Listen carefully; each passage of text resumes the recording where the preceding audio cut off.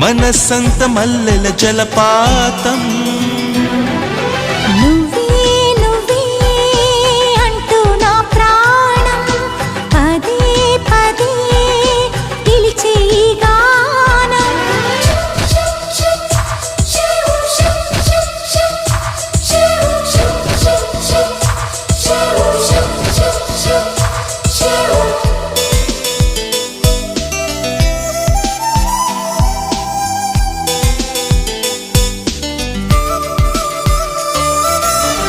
తరువుకు వచ్చే తీయని భావం ప్రేమో ఏమో ఎలా చెప్పడం తహతహ పెంచే తుంటరి దాహం తప్పో గొప్పో ఏం చేయడం